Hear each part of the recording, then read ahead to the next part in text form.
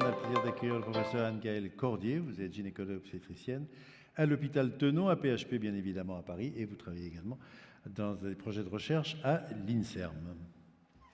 Alors pourquoi ce protocole, Madeleine ? Donc, merci beaucoup de me recevoir pour vous parler de ce protocole qui me tient beaucoup à cœur. Le microbiote vaginal...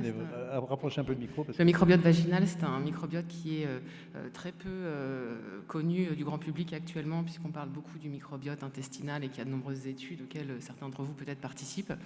Mais le microbiote vaginal, c'est un microbiote spécifique de la femme qui va évoluer tout au long de sa vie et qui est indispensable à étudier et à prendre en compte parce qu'il va être probablement responsable d'un certain nombre de pathologies que l'on va développer et de notre santé de femme. Ça veut dire qu'en fait, aujourd'hui, c'est vrai, on parle surtout de microbiote intestinal, donc on connaît bien, qu'on analyse des tas de choses. On a une moins bonne connaissance du microbiote vaginal, et est-ce qu'il est en fait très différent du microbiote, dans ce qu'on en sait, du microbiote digestif? Alors oui, il est différent, et puis surtout, il est évolutif. Et donc c'est très important de l'analyser tout au cours de la vie. Donc c'est pour ça qu'il y a le projet Madeleine, c'est justement d'évaluer les modifications du microbiote vaginal au fur et à mesure des différentes étapes de la vie des femmes, et puis d'évaluer, lorsqu'il y a justement une dysbiose, une modification de ce microbiote, quels sont les impacts sur la vie quotidienne des femmes et comment est-ce qu'on peut le moduler pour améliorer la santé des femmes. C'est un protocole de très haut niveau international. Est-ce que vous pouvez resituer le contexte de cette initiative? Donc le projet Madeleine, en fait, c'est la version française d'une évaluation du microbiote vaginal de façon internationale. En fait, tout est parti de la Belgique où Sarah Lieber a lancé une étude qu'on appelle ISALA et qui maintenant se décline avec de très nombreuses études. Et en fait, elle a lancé un mouvement qui du coup, se développe de façon mondiale pour analyser en fonction des pays le microbiote vaginal et son évolution. C'est très important d'avoir conscience que le microbiote vaginal il est variable en fonction de l'endroit où l'on vit et il est variable en fonction d'avec qui on vit et de nos paramètres de mode de vie.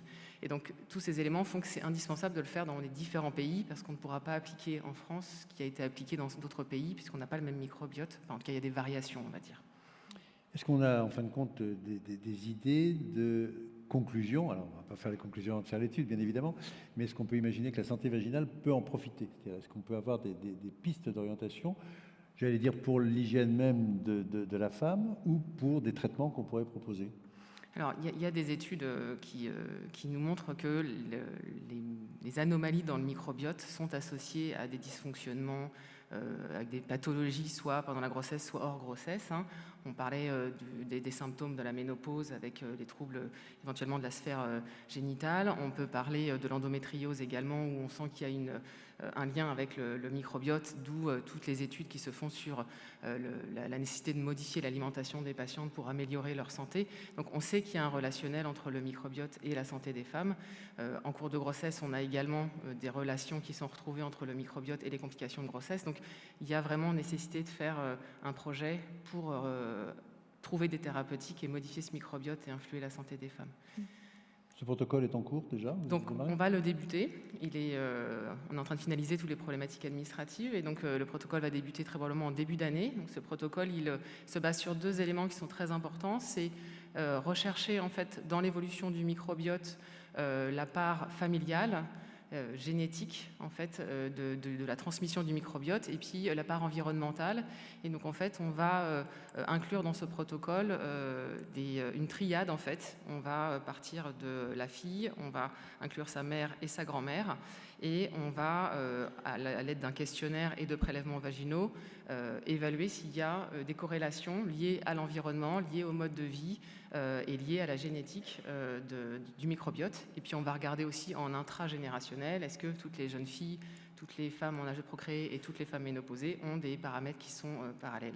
Et c'est ça qui va nous permettre d'avancer sur les corrélations éventuelles, en tout cas les hypothèses de pathologies qui seraient plus souvent liées à certains déséquilibres du microbiote. Voilà un projet tout à fait de haut niveau, comme l'évoquait Emmanuel. Et donc, ce projet est un projet de l'Institut Pasteur de Paris, de l'Institut Pasteur de Lille et également de la Fondation Pilège. Merci beaucoup, Anne-Gaëlle Cordier. On peut vous applaudir. Et on vous souhaite bonne chance, bien sûr, pour ce travail. Merci.